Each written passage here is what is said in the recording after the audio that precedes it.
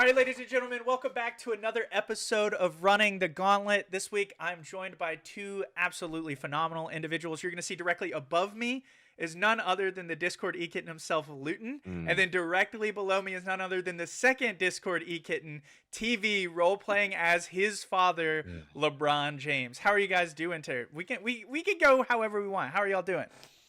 I'm doing great. I don't know about y'all, but I'm excited. Yeah, I'm excited. Doing good. All right. Well, I just want to start off by saying thank y'all guys for coming. We're going to kick things off straight up this time because we got a lot to get through with the 07 versus V8 series. I want to say thank you for Luyten for putting together this PowerPoint. Our first match, 07 versus V8. This is also current standings. This is most up to date, if I'm correct, Luyten. Should right? be. Hopefully. Remember from last time, green means you're good, yellow means you are in contention to potentially be knocked out, and then red is if it ended today, your team would be knocked out. Are we surprised by this in any way, guys? The current standings in Pool 1? 07's definitely a lot worse off than I thought, but I think in their losses, there's been some good enough that I think they can make it out in the end. So, but for now, you definitely a surprise. Yeah, I'm hoping that we can keep them down. Go ahead, TV. I think for the most part, the 07 one is pretty shocking. But granted, the first week they didn't play their proper roster, so it's not too crazy. Well, I mean, one of the main reasons that they're down, of course, is our absolute stomp of a 2-0 victory. Start to finish, wasn't even close. You would have thought that they didn't even load in on the Rift. That said, I didn't even play in the game, so I'm gonna pass it to someone who actually did. TV, how did you feel about this series from start to finish? Heading into the series, I was a little bit nervous because I didn't know what roster to play. But also, in the games, they randomly role swapped Eureka and what's his name, Fossil, and they kind of just got bought by my bot lane. So it was after that, bot lane wins. It's pretty easy to play the game for the most part. Yeah, I'm looking at. So this is Game 1 stats brought to you again by Luyten. This is actually amazing, Luyten. I'm live seeing it for the first time as well. These are phenomenal graphics to have. I see that we're banning Huasal's Talon. That guy isn't worth the ban. Let me tell you, his performances so far, he might not be a child prodigy. He might just be a child for all I know. You know what I mean? But what about the rest of them? Why are we banning Gwen? Is that for show's Gwen? Yeah, let me break down. Game 1, I was full clearing on Lily. I picked Lily into Wukong. Lily's a really good matchup into Wukong, so it was quite free. I just outfarmed him and outpaced him during the game. My bot lane was getting dope 2v2, but then randomly there was one play where enemy bot tried diving our bot lane, and we just got a triple kill. And after that, their bot lane was out of the game. So then there was no threat the whole game. I mean, that's what I like to hear. It kind of stomped Game 1, and then, oh my gosh, how did they? Oh man, I don't know all the players' names. I'm still loading it in. This is a crazy. Yeah, some of them are a bit odd. The Wukong comes through. Is Lilia Wukong counter chat? Is that what we're learning live? Yeah, Lilia is. Wukong doesn't really do well into AP jungler, so if you pick the Lilia Gwen, you're gonna have a good time. Luyten, you writing that down for when you play against us? Is that what? No, I'm not. You're not gonna play the Lilia. No, I'm good. ADC? I mean, we already beat you guys. I don't think we need many notes. Okay, all right, hold on. You're on my show. You don't get to be at me. All right, Ooh. On here, you're the little guy. Okay, all right. And then the game 2, it looks like we just copied the same exact bans, except we didn't ban Yone. Guys, even though I'm the captain of this series, when my team wins, I don't look back. I just kind of they did it. I don't need to give any input in here. Why did we swap the Yone? Oh, because we knew that. I'm pretty sure we did it because we thought Rico was going mid, and he did. So it was quite fine. Also, this game was interesting because my ADC decided to put everybody in a montage for some reason. So I just had to sit back, farm my camps, play the PO, and then we just won the game. There was one point where we threw randomly. You can see in the gold graph, the blue team was ahead by quite a bit. But there was, even though they're up 8k gold, I think that says, there was no threat of losing the game. I don't think at any point we felt like they could win. Yeah, I think they threw a little bit more than you guys did. But that game was pretty much just a Twitch 2v8 versus Fasho and Val's trying to counter 2v8 it. And they had it for a little bit, but yeah, the Twitch was disgusting. Do you guys 30 bomb, I think? On this chart, Gilly doesn't even get a pixel Yeah. for his Damn it. Poor Gilly. He's not even on the chart. I mean, it does seem like Ping Spam is shaping up to be probably the best ADC in the whole tournament. I'm very excited to see our roster kind of come alive. It was our first week having everyone in. Luyten, does this scare you? You think, seeing V8 be as dominant as they are in the bot lane? We'll see when it gets there. I think definitely the better of the bot lanes, but let's see when they play against not Gilly bot lane, Yeah, I mean, I guess I can't deny that. I do think it was a bit of a roster diff. I do also want to say that O7 is doing what they can to bring in people. I think they got schedule gapped this week. So it's not as much of a roster diff as you'd think. That was only a 13 PP difference, which isn't too crazy. And the bot lane did perform a lot better than TV would like you to think. They did get 3 kills by like 8 minutes, but then the second dive was atrocious. It looks like if they got 3 kills by 8 minutes, it looks like they only got 3 kills by 8 minutes. In the first game. For the first game. Okay. Yeah, first game. Second game was a bit worse. I want to mention my ADC does not have ADC reptile brain. Like that guy, he's like, oh, our lane is lost. Just play for top lane. You can win the game like that. Even though when they messed up that dive, he didn't want to take the kill. He literally gave it to me. He's like, yeah, I'm worthless. This game, you just take the kill. And I would never expect that out of an ADC. It was just very, very strange.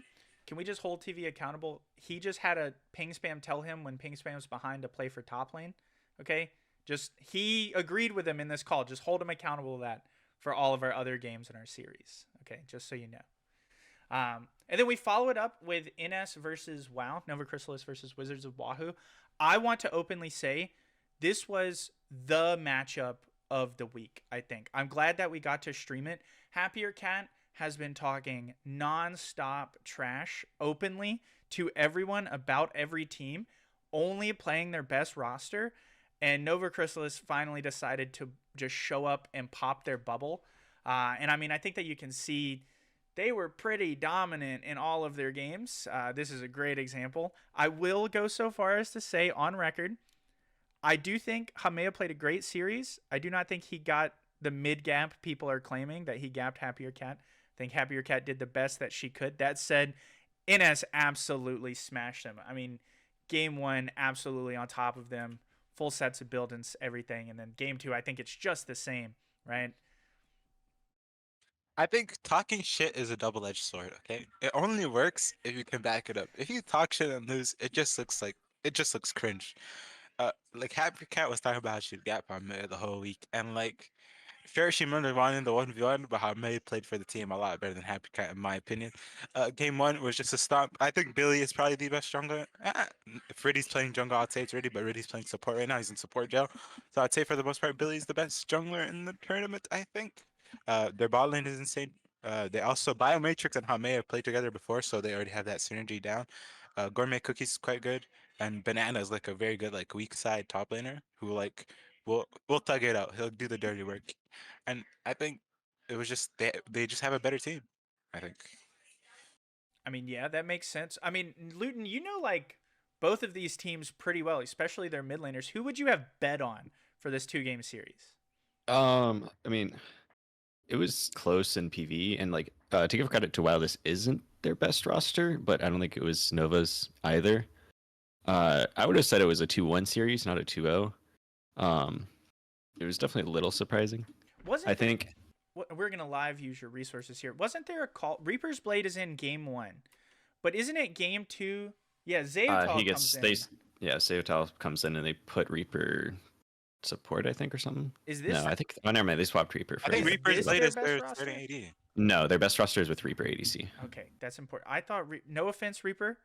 I thought you were like a gold top laner. I was not familiar with his game. That's my fault. I believe he's like a diamond emeraldish mid laner, but he's playing off roles super well. Was there not a guy named Reaper's Blade or Reaper something that was like a silver riven OTP top lane? Forgiven Blade. That was, never mind. Yeah. I think you're posting right now. Yeah, it was Forgiven Blade. Okay. Unlucky.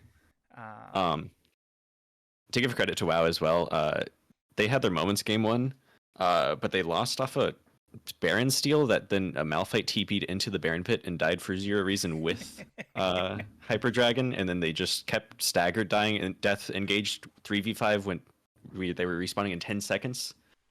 So if they don't do that, maybe the game's a little closer. But I think Hamea played a lot better game 2, and it was kind of just a stomp from that. Even though he played in ADC mid lane, because Yeah, I rewatched. I was hate watching that game apparently because I looked it back and he did not play bad at all. I don't know what I was thinking. Was carried a little bit, but I don't think he did bad. And in that note, I think like obviously Billy's probably MVP of the series, but if you consider PV and whatnot, I think Biomatrix actually is somebody you could give it to easily. He played really well these games. I am happy to see Biomatrix getting his flowers. That guy has been around since literally my first ever tournament, like the literal scuffed one. He did at one point cheat to get his diamond friend in, but he didn't cheat. A guy just quit and he was like, I got a replacement. And I was like, okay. And it was a diamond for like an iron player. But he's always been a high performing ADC in my mind. He kind of got carried to a win with David Edge's team one time. I'm just going to put that on his record. So if he watches this back, he'll hear it. But outside of Nova Chrysalis versus WoW, which was an amazing series, you also have GT versus Leg. I got to say, Group Therapy, this is Pool 2 now, so we're seeing the Pool 2 standings. They're pulling out ahead. Last week, I said I'm putting Group Therapy to win the whole thing. Now, every time my team wins, I get a little more faithful in them. But I think that their Group Therapy is putting up an absolute stomp so far. They haven't lost a game in a series. They always pick up at least one. And those are in series without even their starting roster. I don't know if their starting roster can necessarily just be cracked. But, I mean, look at the post-game stats. Look at the graphs. Once they start winning, they just are unstoppable. They absolutely cut through people, right? I think Group Therapy, I think they are playing their best roster. Adamax top, Kessler mid, Elias jungle, Dumpling STL bot. Yeah, I think this is just their main roster, actually. No. CC Swift for Adamax. Oh yeah, CC for Adamax, yeah. Yeah, But for the CC most part, Swift. 4 out of 5 lanes are their main role. I think their bot lane is quite insane. This series specifically, Kessler got Victor every single game for some reason. I guess enemy team's not doing any scouting. Victor's like very broken champ and he plays it. So I don't know what went wrong there. I mean, go ahead. To their credit, they did take a game off of them, and I think that is kind of impressive. They were 15 PV behind, and I think most people have Leg pretty low down in power rankings. But otherwise, the other 2 games were absolute stomps. One game was an absolute carry by STL, and then the other game was an absolute carry by Kessler. So it's hard to stop that team, it seems. I mean, this series, like, I'm going to rewind it one time to say, this series looks like you wouldn't even have thought Group Therapy was on. This is an absolute smash. I would assume, and it does look like Nico is 16-4. I said it in the PR section last week. I think Leg is really, really strong. I think Top Tower is performing the best he ever has. They just kind of need Nico to come online. And I think that if you look at, another game that's an absolute smash. If you look at any of their losses, it's games that Legend of the Legs mid. Nico just didn't perform. For whatever reason, whatever kept him from that. But it seems that he is the engine, and if they're not feeding him, the team is just absolutely losing. I think part of it is just Nico's picks. He's picking a lot of scaling and isn't getting to the point where he can maybe fully carry. And, some of his teammates might not be helping get to that point. But I think I think the true. I don't actually have any players in particular. I actually instead have a shout out that I think IFN is actually the engine. Game 2, he had 100% kill participation at 14 minutes with 9 kills, or 9 total KP. And every single early game he had a really good performance. It just, something else on the map didn't go well, and they just lost from that. Game 1, I think, if I remember right, it was actually a pretty close game, but then Jinx got a shutdown on Nico with an ult, and then just absolutely snowballed from there. Yeah, the 16-1 Jinx it's ridiculous. Listen, I'm gonna counter you for a second. Okay, not to play devil's advocate, as my friend TV likes to say. I think I Fear Nobody is a phenomenal player, like an absolutely insane player. But I have been watching Nico stream every time they have their game, and I Fear Nobody. I'm saying it live. People fear you because you are hard flaming your team, brother. It's like if you're not winning at 5 minutes, you're letting every team member know that it's their fault. And I think if they just dial that back, maybe play a bit more for the vibes, they could kind of domineer, I mean, with some of her performances, I could get being a little upset, but yeah, Not the best idea. Yeah, it's like me and I Rain would today. say. I've been hard Yeah. losing all my teammates' faults, and I've been letting them know. TV, what do you think? I don't know. I think blaming your team in a competitive environment is just really, really cringe and low to do. But I don't know. Maybe they like it. Some people like getting yelled at to play better. So maybe they got that going. But for the most part, I think their drafting was atrocious. Kale, Vladimir, like, come on, be serious. You don't want to play the game for the first 25 minutes of the game. Enemy team has like disgusting champs, and you got Vladimir Kale. And like Maokai can just look at what's it called, Kale in the face, stand there and do nothing, and eventually, I think, unironically, I think Maokai outscales Kale. I think Kale is a terrible, terrible champ. I mean, in what world do you have Top Tower versus Adamax, and Top Tower is 0-7, and Adamax is It's the Maokai 5-1, inflated champ. man. Wow. It's I the don't know who you're inflator playing champ. harder. It's the Um, inflator champ. Anyone can look good on Maokai, bruh.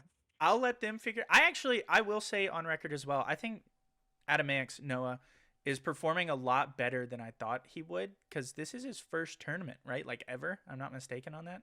I believe so. Yeah, so That sounds right. he's not afraid to be a weak side warrior. That's the champs he already played, and I think it's paying dividends. I mean, we bullied him into that. He's just gonna be that forever. Sorry, That's bud. not even. Oh, you're just talking about in your life. That's, Yeah. that's No. crazy. I played a lot of League with him. He's been forced into that role. I think he's playing it pretty well. That said, if I ever have to play against group therapy, I'm gonna put that motherfucker 6 feet under the dirt, just so you know ahead of time. One last note on that series. Don't give Nico early install, I think. And also that game 2 was the Wombo combo from the clip show. That is game 2. There's, Mm-hmm. you know, he got put in like an official, like a 200,000 subscriber League of Legends clip show for it. He submitted it, and it's Nico, which I don't know if you know this about Nico. Love Nico to death. When he's streaming and he's focused, he leans into Yeah. his forehead, and it is him dunking on all of GT, and the video has like 100,000 views of him destroying group therapy. Nico's streams are definitely fun to watch. I would recommend them. Yeah, it's just I'm Nickus on Twitch, right? Live shout out for Nico. Go check him out. And then our next series, TWO versus Freaky Floppa, who you'll notice actually managed, which that's a separate series, but they managed to get themselves out of elimination this week. This is the FF series. Yeah, this is the team. They FF here. Just so you know, public relations talking about it. In the event of an FF, the team who isn't FFing has to show up at game time with 5 players in their VC. Those 5 players will receive the 2 games and the 1 series count added to them for the force play. And then the team that FFs, their 5 lowest point players will receive the 2 games and the series. So that way they can't just get out of running their low players by FFing, just for the record. Also, keep in mind, TWO is the team that Evaps thinks is going to make it to finals, just so we know. He has that on record from last week. Evaps might be a little stupid sometimes. Sometimes. All of the time. Dude, I don't know. He's a goat, guys. Come on, he was our first guest. He's our trade commissioner. Right. And then we follow it up with Molly the Dog FC. No one knows what the FC stands for, by the way. They won't tell us. Fan club. I mean, Oh, it's surely it's fan fan club, club. not football club. I thought it was so- football club. Oh, maybe I'm stupid. I mean, I hope not. I did- hope we don't have British people in our, Europeans. we do Ew. hate the British. We only have one British Yeah. person in the tournament, and that's Oh. David Edge. But versus well. Atomic Whisker He can only play Maokai, Brigade. so you already hate on him. Hey, Maokai and Zach. All right, give him his credit where credit is due. Maybe Braum. I didn't get to watch this series, but I know Molly the Dog isn't having a good show out throughout all of the tournament so far. Just taking a quick look at these gold graphs, they are not even in it to win it in this series. I'm going to jump from here. A 24-9 game. I mean, I have to imagine AWB just cut through them like a hot knife through butter. Pretty much. Both games were a soul sweep by about 26 minutes. One of them was a 25-minute Baron. It was just kind of slow domination into a clean win. To give credit, AWB was 36 PV in favor. But I was a bit surprised by Promech and Yoshi performing against a equivalent rank player, I believe. Promech especially a on... little bit higher than Promech, but continue. Yeah, I'm not sure on the exact numbers, but it's close. He had a pretty good showing on Tom Kinch mid, which, I don't know what to say about that one, but I think it's a good idea into melee mid. This is something that they were running in practices when we scrimmed against them. The Tom Kench mid is like, I think ProMech is just so good at Tom Kench, and Tom Kench is so strong right now that they're abusing it. I do think ProMech is having a great tournament, by the way. For as much as I still remain positive I'm a better player than that player, he has been absolutely killing it. And he's also been the only person repping me when I do good. He'll send messages in chat or DM me and say, hey, you're still doing good. So I want to give him those flowers back. I think that Molly the dog is having such an issue, though, because Haxor's is out.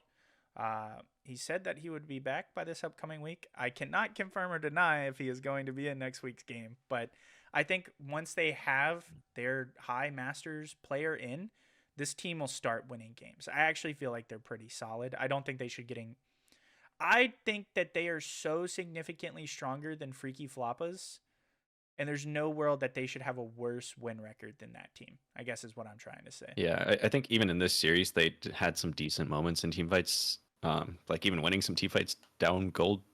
But they just need those higher elo players and be able to match high point rosters like this, or low point rosters.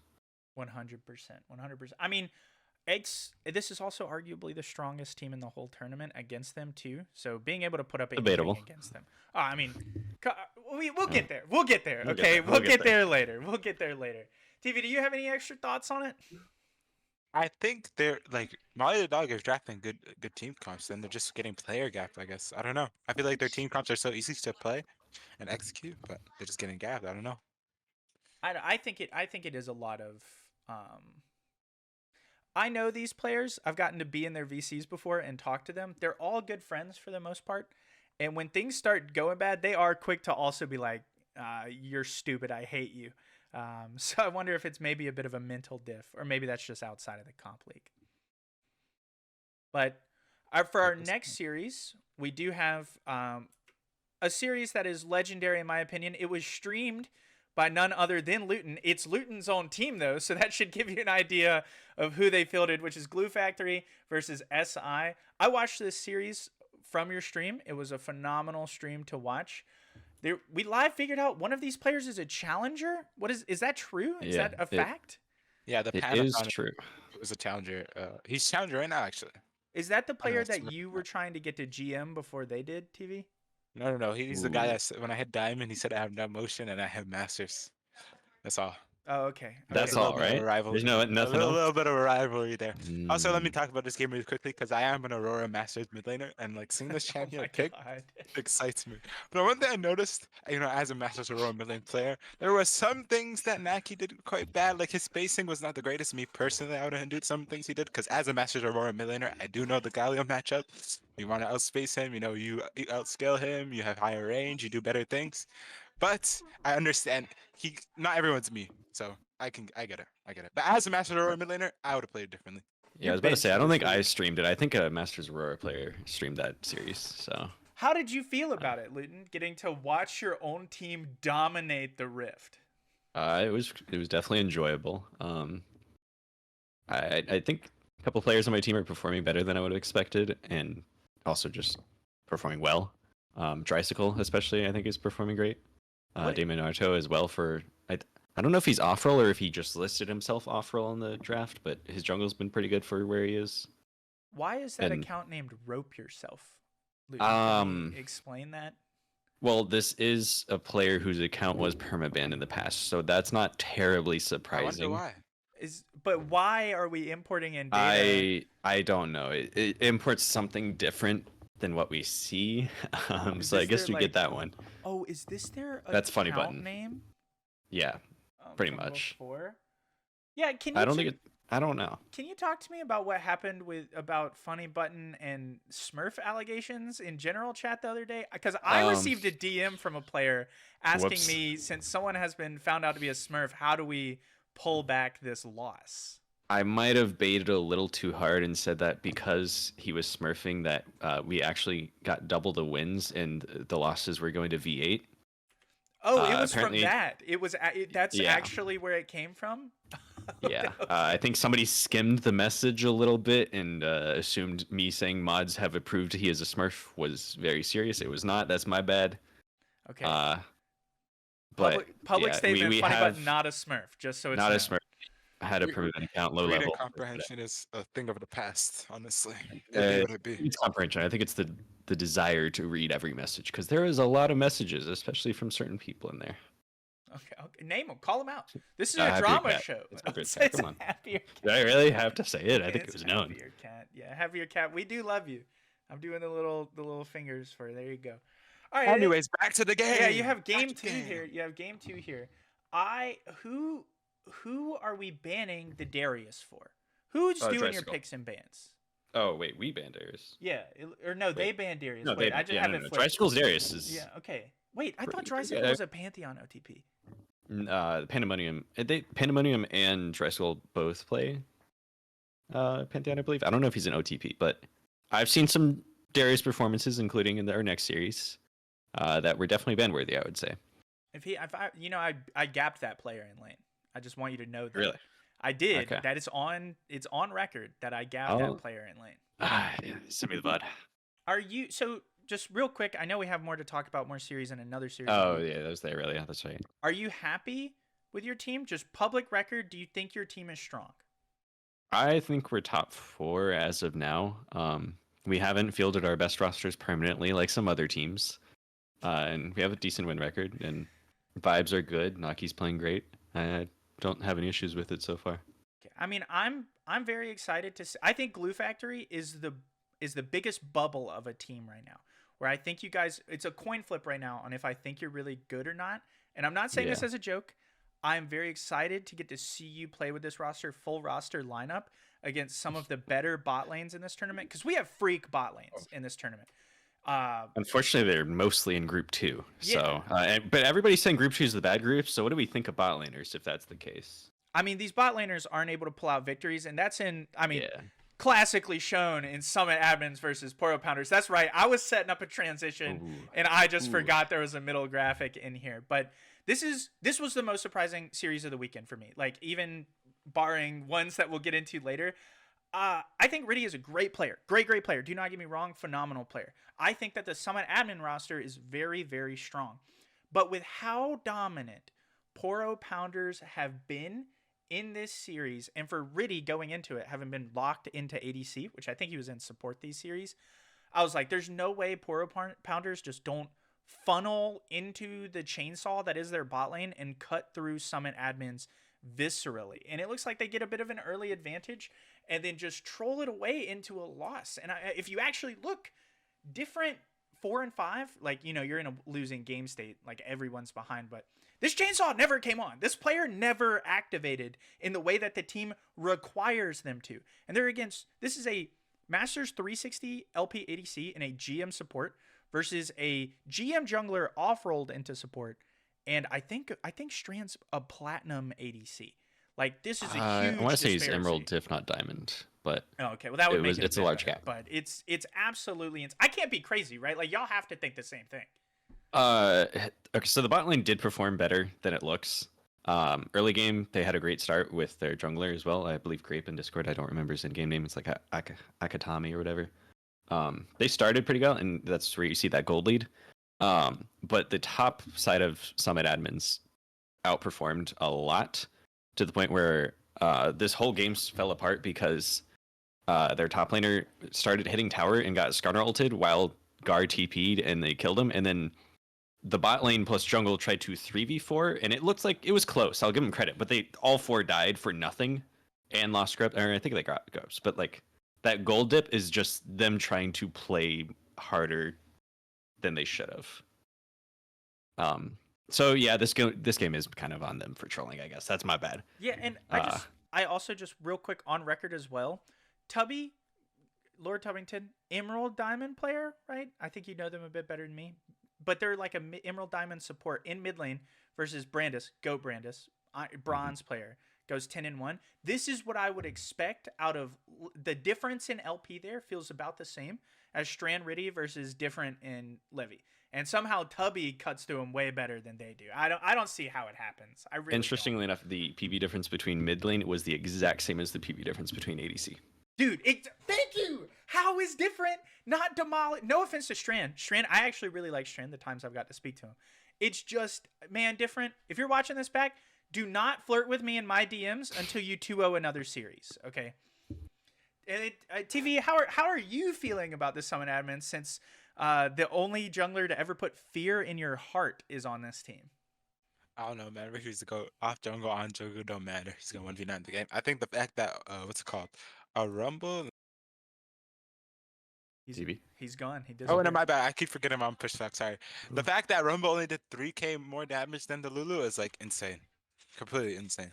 Like you pick Rumble to do insane damage, but it just didn't like go the way he wanted it. He thought it Well, was I think kill we'll a little see bit. later. Lulu can do surprising damage, but yeah, I think they left lane too early this game or something. I can't tell you the exact details, but definitely expected more from them. And also Syndra did 5 times more damage than the Swain. Okay, that is. Swain doing less than Lulu is kind of crazy. I mean, it kind of makes sense though. Okay, don't guys, don't make fun of Brandis too hard. Okay, he's locking in where he can, and it's not his job to carry. And also, why are we putting Isodidact on anything other than his Zac Singed 2-trick top lane? Come on, guys, he's not a Vladimir player. He's not a Gragas player. He picks Zac. Both were banned. Oh, both? Oh, Oh wait, both. hold on. I gotta It go does back. look like it was round 2 though. So banned his maybe they should pick it earlier. Summit admins. In what world are we banning Isodidact Singe? I've seen that guy go 0-12 in Weren't you tournament play just on that saying champion. to give it to him? I was being facetious. I was trying to bring light. Okay, all right, my bad. Never mind. I have nothing to say. ISO is my GOAT. Best weak side top laner in the tournament. I'm going to give him that. But on to the next one. To a series that is getting me a lot of callback in the chat from Lacuna. I need to remind everybody, captain of Lacuna Matata, Lacuna is a Diamond 2 jungler, by the way, just so we all know that. Versus Mouth Breathers, a team that is infamous at this point in the league. And it does look like they will continue on Saturday to just be an absolute dominant threat. I believe they fielded their best 5 for this match as well. Yep. And I think you just get to see it. I think Mouth Breathers is kind of in a tough spot right now because after this week, which we'll talk about their other series later, but after this week, they have 2 games on one of their Iron players. Freshly Iron 4, by the way. My wife got placed Iron 4. And 0 on the other one. So they are smashing with their best roster, but they're going to have to not play their best roster for the rest of regular season very soon. And so this might be the last genuine 2-0 performance we see out of them. Yeah, I have a feeling their next game in this list is going to become eerily common of getting a lead early and just collapsing. Absolutely collapsing. And TV had a lot to say about Mouth Breathers with their Iron players replaced onto the team, but I've never actually, TV, heard your opinions about their main roster. Like, do you think their main roster, if they could play every game, would win the whole thing? I think they have a chance. It's just a thing of can Gumby turn water into wine? That like the team, they're kind of like lacking in every other position, if I'm being honest. Except top. Top jungle mid is fine, but their bot lane is just gapped, I think. It has to pull their original names, by the way, because it has Ocean Inspector listed as Sell Dank memes for art. Yeah. It's just pulling their original account names. I think it was when they changed to the hashtag system. That's the name it has. Like whatever your name was then, that's what it has. It's really weird. I don't know why. I'm sorry. It's funny seeing the name. Every time I'm a you big see fan me of Four change. Dogs in Team. That's a great one. Wait, is that one? Oh my god. Elo Dad for Owen as well. If you ever there's some good ones out there. If you see me swap and I'm like, what? Like I do that facial expression, it's because someone's name isn't what it's supposed to be. With this roster as well, just real quick, Yeet Yates' fiance watched this game live, by the way, because it was streamed. So shout out Yeet Yate, congratulations on your engagement. Where's my invite to the wedding? Moving on to the next game in the series. They just continue to be an absolute menace. I mean, this is at this point I'm joking on Lacuna being a D2 jungler. I don't think there's any performance he could have put up here that would have resulted in a win. Is that bad to say? I don't know. Is that toxic? In the first game, Owen and Lacuna had a great game, but it just didn't matter realistically. And yeah, I think it's almost impossible for them to be able to do. I think it was a 53 PV difference, which is more than 2 ranks per player. That's wow. That 54 PV difference for in the favor of Math Breathers. Oh man, and that's with the -20 from Gumby Power. Correct. That's a No, ridiculous. like so they have the better team by 53. Oh wait, yeah, no, that's inverse math. Yeah, You're Mouth right. Breathers Yeah, yeah. on average is 2 ranks higher per roll. I think that if Gumby is in the game, regardless of what role he is going in, you ban his Talon, you ban his Echo. I think anything else is beatable with certain members on his team, but his Echo is his second best champion in my opinion, and you just saw it this game. He was all around the map, always securing anything on his rotations and his roams, and it was a menace. I would have forfeit the game if I was in it and forfeiting wasn't banned. This would have been a game I FF'd pretty early on. Yeah, it was gross to watch. I I agree. didn't He was watch just it rocking much. around the map, picking up kills for free. It's crazy. But with that, that's the conclusion to the Saturday games, and we roll right into the Sunday games with what I think was a very surprising result from the Day 2 series, which is 07 versus Nova Chrysalis going in 0-2. I would have argued, in my opinion, best roster would be best roster. This would have been a neutral series. Now, 07 did not field their best roster. You'll notice Far from it. another Gilly present in there. And I also believe Super Chicken was playing this game, if I'm not mistaken. Yes, Super Chicken and Serided. Serided, I believe, is one of the lower. But this was just ones. like, there was no play anywhere in the entire game. And Yeah, so that last series was a 53 PV diff. This one was 56. it's actually more. It's more. And yeah. I assume in favor of Nova NS. Chrysalis. Yeah. Yeah. So that must mean that Nova Chrysalis fielded their best 5 then for it. I'm going to take a quick look. Yeah, I mean, never mind. I guess that series makes a lot more as an 0-2. For some reason, I thought Hamea put Darkle in and we had the brother v brother matchup. But I guess he didn't. That's a shame it didn't happen. Hamea throws for content. But I don't know. I think that there's a world that they could have taken at least one game. I think 07's very strong. But this is their best roster. I don't know. What do you guys think?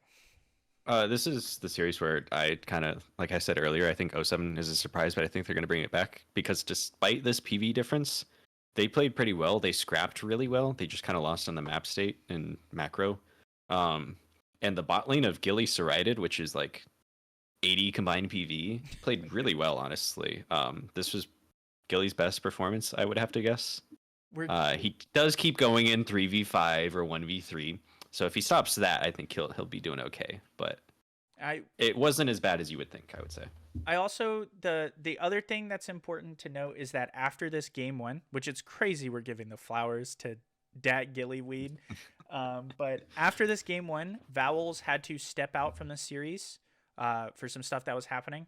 So they impromptu got Huasal, and Huasal had just woken up. Like, I was with him when he joined call, like, yawning. And so the engine wasn't even on for the Child Prodigy either. And it seems that it was still just a Nova Chrysalis cut down. We do have him on the Akali here. Is that one of his better champions? Do we know anything about Huasal? I think he's like good at melee assassins, like Talon, Akali, things like that. I mean, those are his best. Are there more? What are other melee assassins are there? There's Talon? Echo, there's Zed. There's more. Fizz is another one. I assume there's more than ranged assassins. You know, that would make sense. All right. I'm hard stuck in silver, 36% win rate, so cut me some slack. Yeah. TV, Huasal versus Hamea, best for best. Who do you think wins lane? Best champ versus best champ. I think it's Huasal. It's not even close. If I'm being honest, no Flame Tom Red, that's my boy. But like Huasal, if he actually wants to play, he'll do some insane things. Wait, but then how do we get? If you believe that, how do we get a 5-11 Huasal versus a 12-6 Hamea? I think there are Huasal some might be forthcoming. allegations. There are some allegations he's throwing to be on a certain team, allegedly, presumably, obviously, all alleged. Don't hold me in contempt, but allegedly there are some dark arts going on there. Why? Allegedly. Why am I, as commissioner, just now finding out about this on a recording that's gonna go up on YouTube forever? No. Is this real? All right, said guys. allegedly. I He- said he- allegedly. Can you I said guys allegedly. can you guys hold There's the definitely content some for a allegations second? of him for funning it. That's all I'm gonna say. Well, No. All jokes aside, no. It was just some ongoing inside joke. Nah, all things is all. What was I gonna say? Hey man, as long as they're top 6, that's all they need. All jokes aside, though, I think Hasal, if he like, it was given in the. It's like he's similar to Hamea in the sense of like perfect situation, perfect scenario given to him, he'll perform. So if he has like a good team around him, he'll do insane things. But he's not like, how can I say this?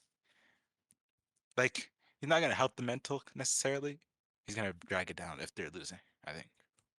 okay. Well, we're gonna roll from '07 versus NS to Hey, Mali. hang on. Okay, no, we'll Give me wind it one back. second. We'll wind it back. I want to note, game 1 we got Dancing Shelly. Game 2, Hamea died because he was looking at a fight bot lane. That guy's just a noob. And also, questionable Jinx builds. That's all. Is this Also- okay? Well, go ahead. Yeah, go ahead. Also, he picked like you get Cassiopeia into 5 melee characters that want to dash. Like it's impossible to lose this game, Ooh. bro. Tell Yeah. that to Gilly, because Gilly, we went to the gym after this series, and he told me Hamea struggled so hard that he knows for a fact Akali versus Cassiopeia is Akali sided. Just so you guys know that Well, for reference. It helps when you get a solo kill because enemy is looking at not himself. Listen, Hamea will come online. You think he did the same thing with the Vladimir game? I believe he was caught shopping in another game. Yeah. That's ridiculous. Hamea, I'm not paying your comp fee Old if man. you're playing like this, man. All right, and then we go into another one of my team series without me in it. You know, surely I'll play eventually. It's like who's fielding these rosters? You're just getting carried, man. Yeah, sometimes. Hey, you can. I'm in the win. same boat. It's respectable. It's fine. Like why would I play if we can win without me? You know what I mean? But I'm gonna leave this series for you guys to talk about. I'm gonna be messaging with Saul real quick. I need to resolve this live. So TV Luyten, take it away, please. This game, jungle super class, you know what I mean? Jungle mastermind, bro. Canyon in the jungle, bro. 1v9 and gapping everybody. Shitting on these people. Honestly, this game we had insane pick, team fighting, everything, and bot lane, like Rakan and Vayne. Also, Rakan with Wukong pretty broken. Both characters can just jump in, go crazy. My Rakan hit like a nasty 3-man charm into knockup, and it was a really, really easy game. Game 1. I mean, free. Yeah, that game when you just pretty much had 3 perma pushing lanes. Like, how do you lose as that as a jungler? Although I hear you don't have Canyon in the jungle. I hear you have a Masters Aurora mid player in the jungle. So. Oh yeah. Maybe it was I was losable. coaching my Aurora this game, as a Masters Aurora mid Oh, player. really? You were 'Cause coaching they him? kind of sprinted it. So I like, hear. no, because like after I noticed he got solo killed the first time, because I had trust, I give trust in my teammates and everything. But after the first kill, like I started coaching. I was like, hey yo man, me personally as a Master Aurora mid lane player, I know top lane is a little bit different so on your lane. You should just pick Kasante, man. You outrange the character. I think first levels you kind of shit on him. Is I that why don't he know. died 3 more times after? Or That's I from don't know, man. My your fault? All right. that's from tower diving in Aurora ult with literally 0 mana. He Agu has heard felt from a lot me. of pressure because he was sprinting. Also, just for the record, okay, for everyone listening a couple minutes ago, Wasal has auto responded to me, and his exact quote was, "Huh? I did that in the first game, low key, but I've actually been trying since. I'm just playing bad. People are just such glazers, man. They can't believe I play bad, so they make up excuses." That is his official response, just so it's on the record for it. But meanwhile, my team was still smurfing. Looks like a game 2. This is the It's the 4v5. yeah, this is the Bubbles is the best player to ever touch the Rift, I assume. Also true. I mean, that's every game Bubbles plays. Bubbles so much this guy. By the way, he solo killed with, and he didn't even use flash on it. He solo killed again, bro. It was insane.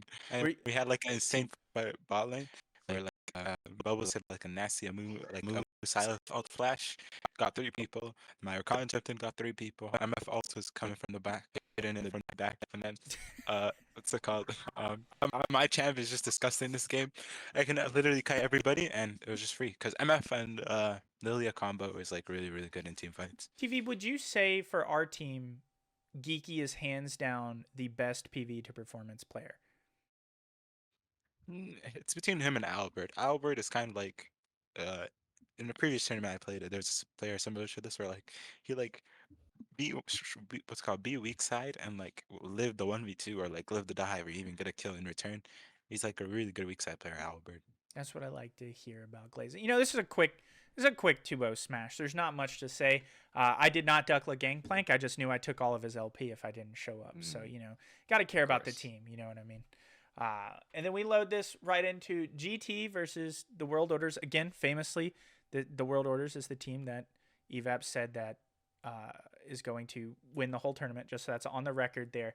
But they didn't have Dumpling or STL. Is that true of this game? One of them was missing? No, they had them? No, I don't think so. This was a full roster matchup? It was close. GT was favored by 14 PV. I don't think the mid laner is their main mid laner. This mid laner doesn't I don't even recall have a name. Yeah, it's blank. I don't know what that is. Dude, they have a ghost on their team. But this is, I would argue, I believe the mid laner is Angel of Paper. Angel of Paper That sounds right. is their low elo player, from what if I remember correctly. And Yes, Dumpling that sounds right. and STL have had nothing but praises. Apparently, like, you know, Angel of Paper still is a low elo player, so it's not like they're suddenly faker, but apparently has been competing above their weight class in every series that they've played.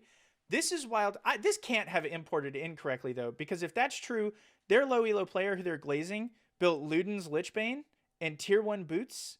They built 2 legendary items before finishing boots. This has to be an import error, right? I can't be seeing this correct. No, I think that's correct. What? That's up for debate on if it was smart or not. But I'll tell you, GT should not have won this game. So he might have been a little broke. Wait, you're telling me they were behind in this series? Yeah, that you see that graph? You go back. Wait, go look at am that I graph. just colorblind? Oh my god! For some reason, I just assumed they were red.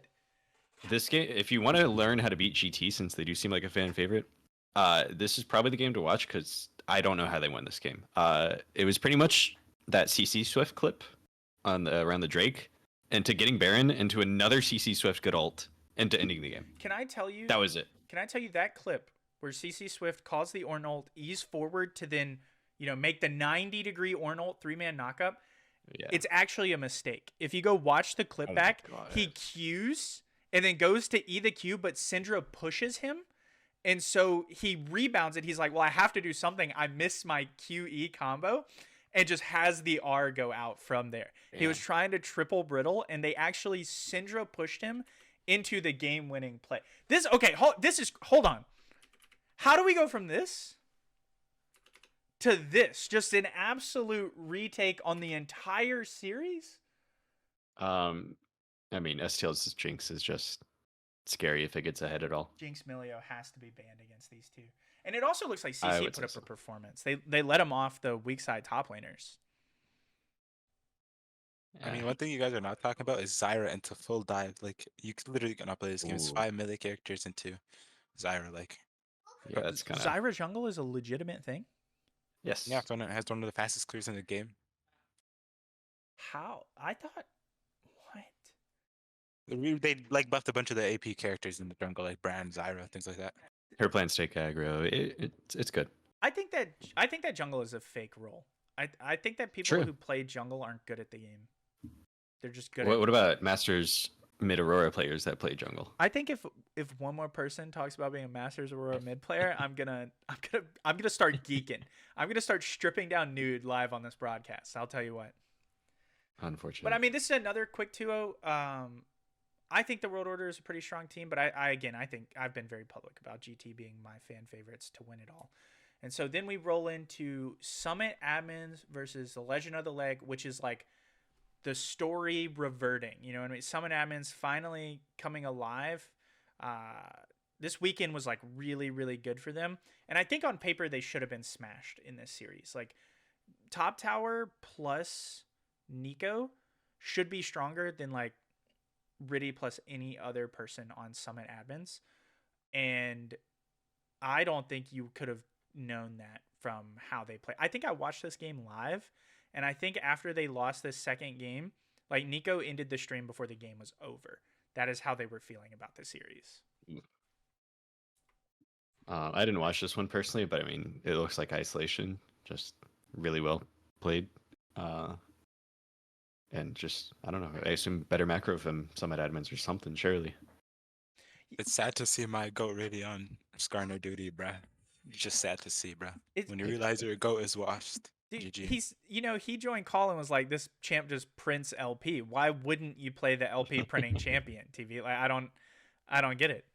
Nah, bro. I seen that guy play like Diego Gwen, things like that, carry junglers, and he's insane. And they put my boy on Skarner duty, bro. It's sad. Really sad. I'm learning from this series, particularly this Legend of the Leg team, which I'm going to roll into the game 2 as well here. We see the gold graphs. How important the support role is for a team. Like, Team Curse, great guy. I've known him for a long time. But when your support is your lowest elo player, it seems that it's like the one that has the most impact. Like, every series that you see Team Curse load into, their bot lane just kind of gets smashed. And I think it's regardless of the people that are in there, like the elo discrepancies in there. Do we have the PV on the bot lane differences here? I know. I didn't reach these series on PV difference. Well, that would also make sense. We have to give Shawarma's official PV. Oh, right. So that would make sense. But I would imagine it's not too high. It's like maybe a gold duo bot lane versus probably an emerald duo bot lane. And you would think it's just a slaughterhouse. I mean, wasn't every series this weekend? Was it 2-0 or on Sunday? Every series on Sunday was. And it's just every series you look at, there's just like a lane that just hard lost. And in this one, it was the bot lane for Legend of the Leg. Yeah, this support match or that bot lane matchup is very close from what I can tell. Yeah, I'm surprised. I guess does the jungler make the difference there? TV, if you see a double gold bot lane loaded in, are you like, that's free dinner? Bro, that's a free 600 gold walking around the map. A pinata. that's I guess that's where you put your time as opposed to top tower in this. What would you do if you were Riddy in this game? Just exactly what he did? Did he play it right? Yeah, just get the free 600 gold, every 30 seconds. That's the play. I think top tower it's not gonna die to ganks, but a gold player's not gonna know how to play against something like Skarner. Going off your word, I think Riddy is a much better player with a lower elo support, unless it's me, and then it's a lot worse. But that's just based off your word with IFN and how he's flaming his team and whatnot. I think Riddy is pretty good at enabling his lower elo supports. Do you think? And I think that might be part of this game here. Do you think it is him enabling the lower elo supports, or do you think it's like Riddy kind of mind controls? Sounds too pejorative, but the macro that he will call for is what makes it work. Yeah. Yeah, I suppose that makes sense. Maybe it is I Fear Nobody is just ego or roast gapping his whole team. I Fear Nobody, if you're watching, be nice for 1 week. See if your team gets your wins in for that one. But on to the next series, which is the Great Humbling. God, I sat down and prayed after these games. I prayed for days like this where maybe Happier Cat was talking a lot of trash. Her team got humbled on Saturday, and they came back for the Great Humbling of Luyten's team. Luyten's the only person whose team I'm praying for the downfall of, because it's Luyten. And every time that team loads into the Rift, someone without fail says, "Where's God's gift to ADC?" And if you want to tilt me, that is the fastest way to do it. So Luyten, tell me what happened. Tell me what happened for your team here. Game winner, we were like 33 PV down. But it went well enough to the point where we had me and Pandemonium could have played game 2, but we figured it was worth it to just play it out and see if we could get a good upset, really. I don't think it was as bad. I think there was good moments, bad moments in the series that we can learn from. And Naki also didn't have his best performance. I talked to him about it later. And in draft of game 2, I said that he was asleep at the wheel because he didn't say anything, didn't pick anything on the draft for 10 seconds. And then he realized, oh, I'm not really awake, am I? So it's not his best day, I think. I mean, how can you load in? Luyten, that's ridiculous. I'm saying it live. If you're loading in against the top 5 team and you're asleep, you deserve the O2, man. You just deserve the O2. How can win? But I mean, it looks like you guys. I'm gonna rewind it here. Really look. Actually, I don't see. No offense. I don't see how you ever would have thought this game was close. What? No, there's good moments, good team fight moments and plays and stuff. It wasn't that close, no. Yeah, Happier Cat. Some people would want you to believe that Happier Cat is a Morgana OTP, which, still banner Morgana, I won't lie. But that's Nico in the previous game, and then Syndra in this one. absolutely dominating. And this is against Naki. I consider Naki among the better mids, maybe even top 5 mids in the whole tournament that we have together. And she put on an absolute show, which it's easy when you have winning lanes. It's easy when you have the set champion on your team. But Of course. I don't know. TV, what's your opinion on this performance? I don't know. I think WoW is like abusing their best roster, and a lot of their other players haven't been playing. Like KipKat has not played a single game, so they're gonna get exposed later on. Is my guess. Like who Not of a their guess. players Not haven't no, no, no. I take that back. It's not a guess. It's not a prediction. It's a spoiler. It's not a guess. It's not a prediction. It's a spoiler. Can we get that on a shirt? Just everyone remember this moment for if it happens, which I don't think. Maybe my whole perception about Reaper's Blade is changing now that I realize I thought that they were Blade Forgiven. But for a long time, I didn't think.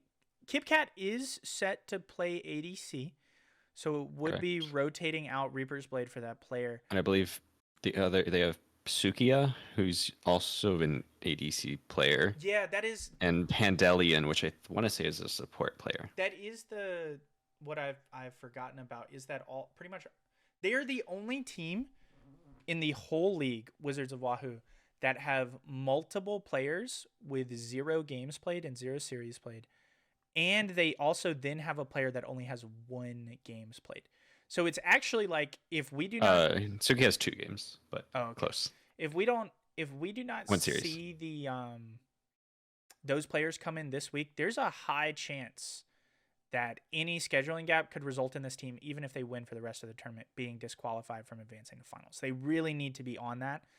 And I think if you're power ranking, which I guess we will later. I don't know why I'm spoiling. I'm going to hold off. We're just going to go to the next series, which is, some would argue, the biggest upset of the entire week, which is Mouth Breathers versus Freaky Flabas. I'm going to keep it really simple. The only person on Mouth Breathers who showed up to this game to win was the support in both series.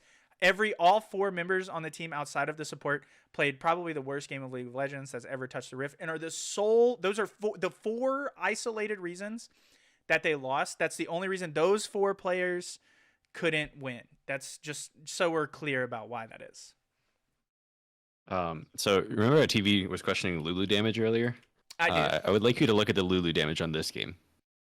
That's crazy. I'm gonna cut it back here.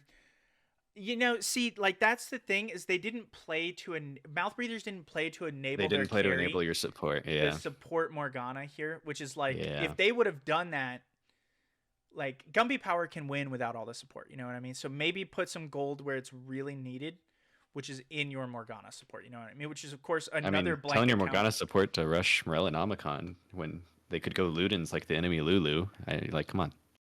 I have Team gap. to put my wife on Front Street here. She did start this game off, or early on, maybe not literally started off, opening the tree, but because she wasn't in the support role because it's a custom game, she bought Doran's ring, so she didn't have the support item, had to Ooh. back and sell it, and then when she backed, she opened to purchase, but didn't know that she clicked on the map.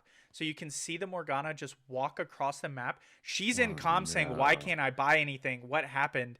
And then she just walks into the enemy team and just gets killed. And shout out to the team doing their best, because I would have died out laughing. Like it's just one of those you just have to laugh at, right?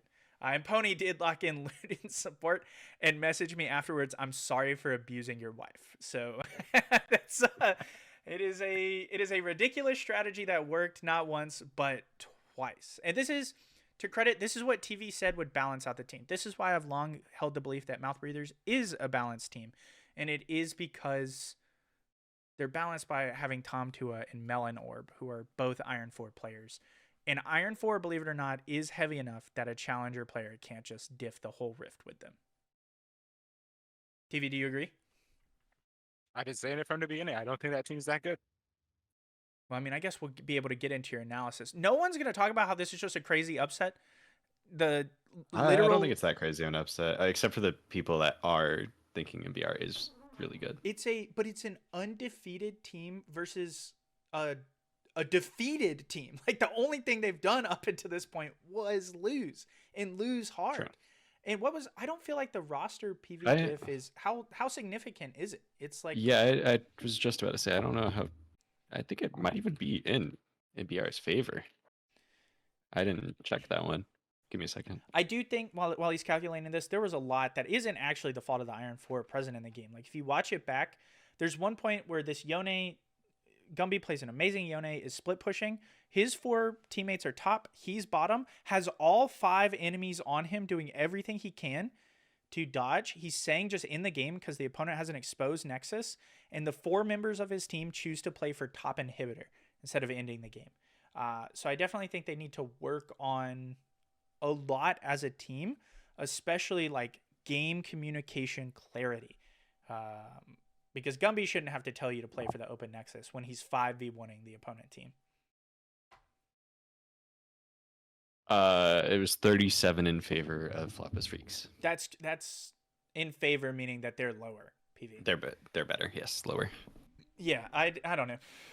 It's this. I was very surprised by this. I will live docs that Ricardo, captain of Mouth Breathers, was so confident in his team's win that he was originally going to play Tom Tua and Melon Orb in the same series against them. Tom Tua couldn't because of outside planning reason, but that was the original intention for the team. This isn't fully correct because 2 of the players do not have PVs right now. So I actually don't know the exact number here. Which 2? Oh, Noodled in 60s. Okay, yeah, we need to lock that. I can get that later. And then for our last series, our Sunday series, we have yet again Lacuna Matata, D2 jungler Lacuna, which I actually really like Lacuna. Thank you for making our wonderful website. He is a great guy. But Poro Pounders actually do come alive in this series. And I think a lot of this, you can literally see it in the damage charts, is different finally being different for once in his life. You know what I mean? It's when they come alive, I will openly say Poro Pounders is a genuine coin flip team. It comes down to if Different and Levi are locked in or if they're not. And if they land locked in, I think they can smash through even the best teams. And if they don't, they literally lose. Like the bot lane is in probably the highest tier bot lane in the entire tournament. Yeah, I mean, they quite literally are.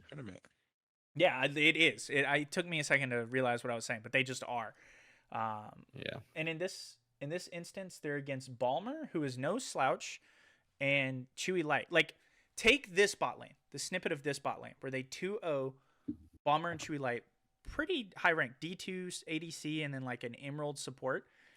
Correct. And then in the previous series, when they played against a GM off-rolled and then like an Emerald ADC, you would have thought like they got absolutely flattened. And I would argue that this one's probably a better bot lane, and they just cut through them like a chainsaw. Really, that's gonna the comparison I'm always gonna use. Just a quick point. Do you see the Gwen's name? Yeah, that was one I was like, maybe I shouldn't say All right. that aloud, but That's fair. You know, it's gonna be on the screen, so what can I say? I don't know. I do think that Lacuna Matata should have more wins that they do. I would argue that in Pool 2, they are the most undervalued team based on their performance. Owen is doing a lot to coach them. And I'm very excited to see if they can rebound and find their way into these series. Because like right now, it's kind of looking grim for them. I don't know if y'all feel the same about their relative strength. I feel like they should play for Owen a lot harder. Like, he's by far the best player on their team, and he's not being enabled. Obviously, in this series, they didn't play, but in reference to the other ones, he wasn't really like doing much. What does it look like to play to like enable your top laner? Because naturally, like top lane just being one guy means that even if they get really ahead, I guess you're playing to split, playing to capture the towers. Because if they show up to team fight, they're still just as susceptible to CC and then getting blown up because they're majority melee characters, right? Yeah, usually that your top laner will get, since he's the best top laner in the tournament, I believe, to get like grubs, invade topside jungle, things like that. Yeah, I mean, I do think that they have to pivot. Balmer needs to play less committal stuff, play something very like, maybe like a Seraphine APC or Hui APC. Just play away from everybody and then let your team scale from there. But this rounds out our coverage of the games, unless y'all have anything else you want to throw in about any specific series before we move to talking about the team PR. Totally random throughout. But Sukiya should lose his driver's license. What? I'll send the clip later. But he had a horrible Rift Herald. Okay. Oh, forgot to mention yes. it. So. Is this the series where he drifts he's playing. He like drifts into the river with it. Yeah, into the river, Right, like and into he the pops out into opponent the enemy team. jungle after Yeah. the one person up there had already died. I think I did see this Yep. live. Yeah, that one was too funny. Definitely need to clip that and send it in the chat. Okay, we'll find. Dumpling is considering making a lowlights montage for the tournament since he does highlights every week doing like a lowlights. Okay, yeah. We might need to get that in there if we can. But we're gonna move to talking about the PR for a second. I'm gonna start with mine, just as a recap. Some have changed, but I would like to ask you guys to kind of stipulate what your tiers mean, and then also if left to right matters. So Can you send yours again? Sorry. oh yeah. I can do that right now. Listen, chat, we're not in a production. You know what I mean? In Real. a production. This is my PR. My enter key is broken, but Thank you. not a lot changed from my last one, but I still have, despite their performance, Freaky Floppos in D tier. We did finally convince, after begging and pleading and doing tricks on it, for Freaky Floppo himself, Bronzina, to swap out Kurov. Kurov was a very nice guy about it. I very much so appreciate him, and I want him to come back to the tournaments. But that team will get stronger. But right now, I'm chalking the Mouth Breathers loss up to a genuine fluke, and I still have them in their own tier. I've moved Summit admins up from the previous week because I think Riddy is actually like coming alive, and that team is rebounding. I'm still kind of hesitant on him being anywhere other than jungle, but I think that it's likely that team can move up to the B tier soon. And then Leg stays here because, again, I haven't seen the awakening from Nico yet. I'm waiting for it. Those glimpses are there, but I think these upcoming seasons or the weeks he'll have enough time with his team to finally be there. But then I moved Molly the dog down. Despite being a believer in that team, they just don't have Haxorus right now, and quite frankly, without Haxorus, the team doesn't seem all that competitive. And I'm also moving Summit admins down, or not Summit admin, excuse me, Subtly Inting. I think that team should be strong. I think they should be by all known metrics, and they're just not. I don't know what's happening there. I don't know the communication diff or scheduling diff or something, but they're very underwhelming so far. And then from there, B tier are your dark horses. I think those are pretty much the same. I've moved myself up, or V8 up, because I think as we're getting our games in with Ping Spam, they're still good. And Mouth Breathers to the lowest end of B tier, even dabbling on C tier, because to lose to Freaky Floppas was pretty surprising to me. And then the only other change from there is moving 07 down to B tier. Top of B tier, still kind of edging them between both, I won't lie. But after their performance last week, they are getting games on their lower elo opponents. I think that there's a chance that that team is kind of having some struggles that if they don't get addressed, they'll stay here. I do want to say, if I was factoring in the fact that Wizards of Wahoo might not qualify, right? If we're not just talking about how they've performed, but like they haven't played their low elo rosters by a long shot, I would actually take them from A tier to C tier. I want that publicly noted. Their win record is inflated right now because they've only been playing their best roster.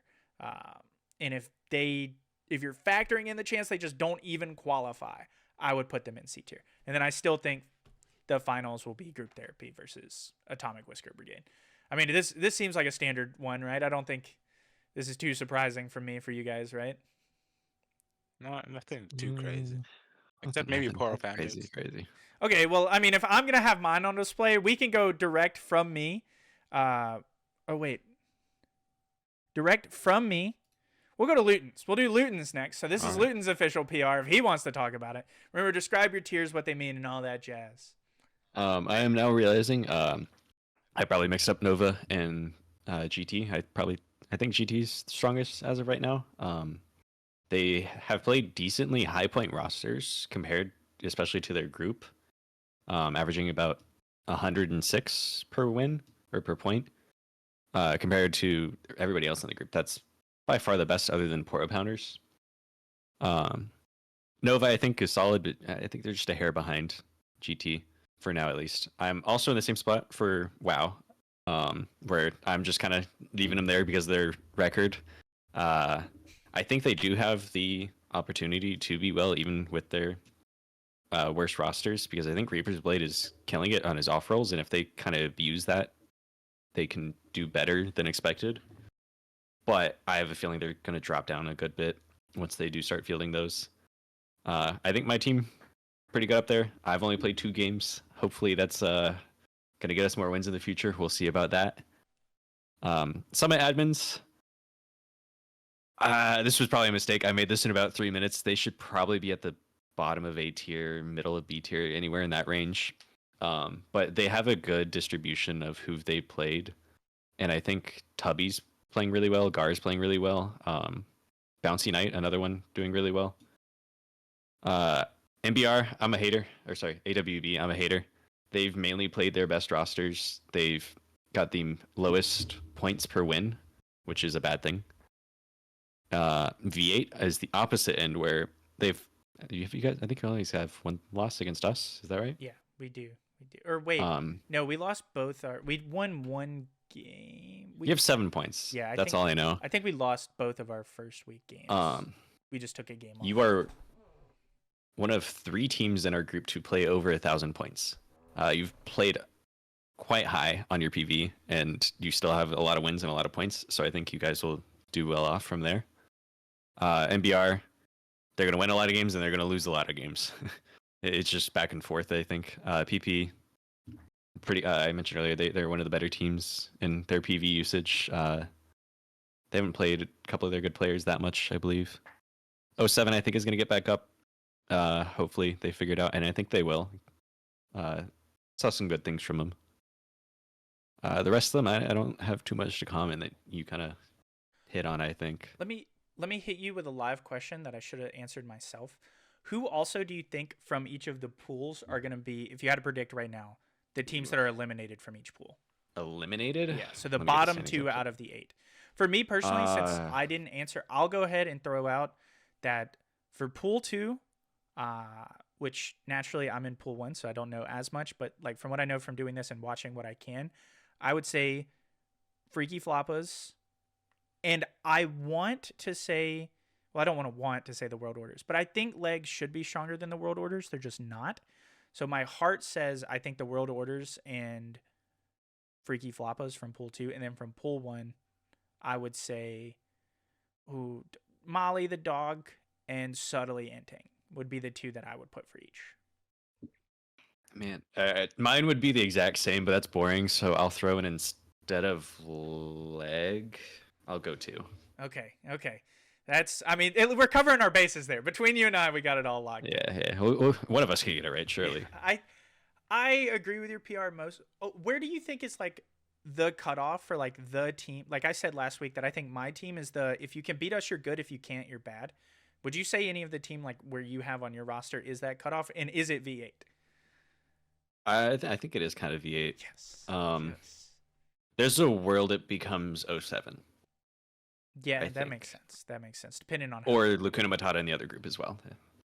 Yeah. I think those 2 have the potential to step up a little bit and be closer to us than closer to the bottom. You know, Lacuna Matata has a D2 jungler, by the way. I don't really? know if you knew that. I don't know. Did you know your team has a Masters tier Aurora mid player? Okay. I'm stripping nude, guys, I guess. Ooh, all right. Unlucky. From Luyten's PR, we then also have TV's PR, which...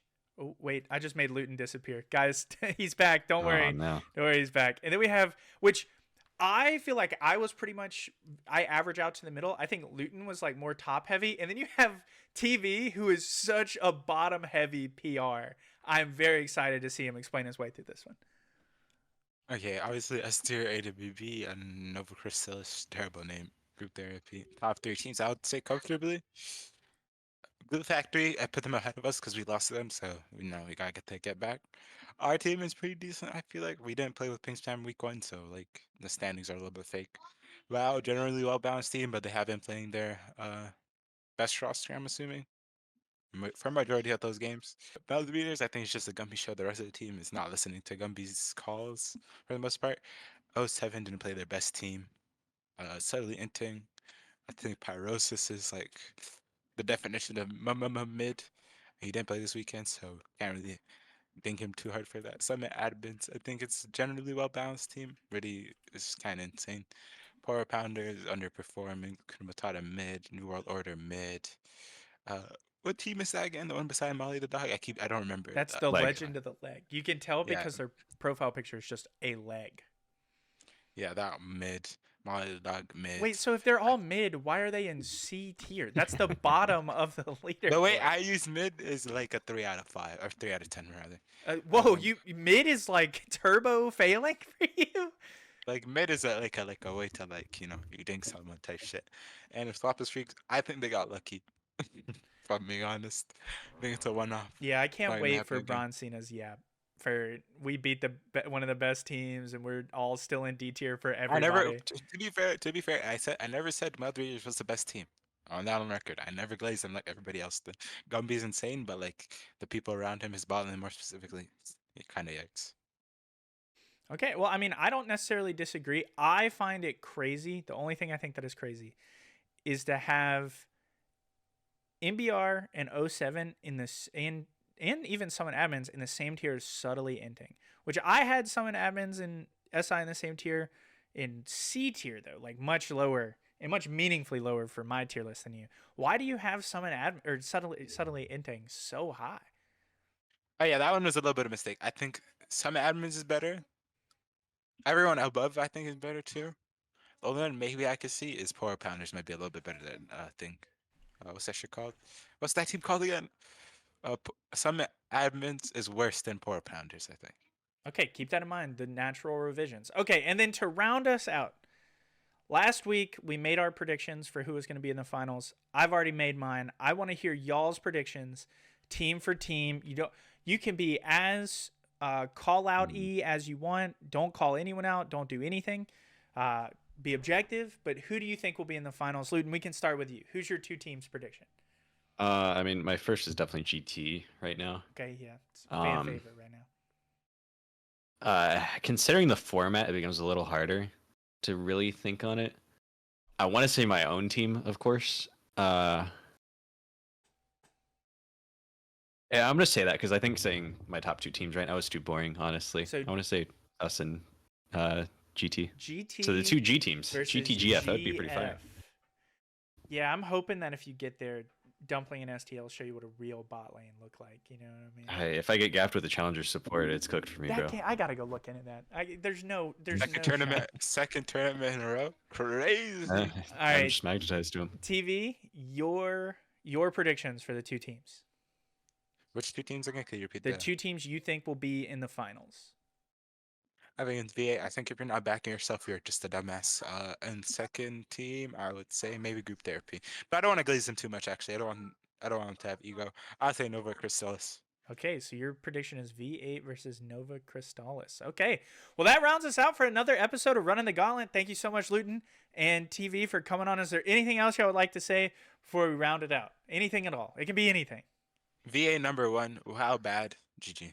Wow, bad Oh. GG. Okay. Luyten, anything? No, I'm good. I can't beat that one. All right, guys, make sure to smash the subscription Oh no. and leave a comment. Goodbye.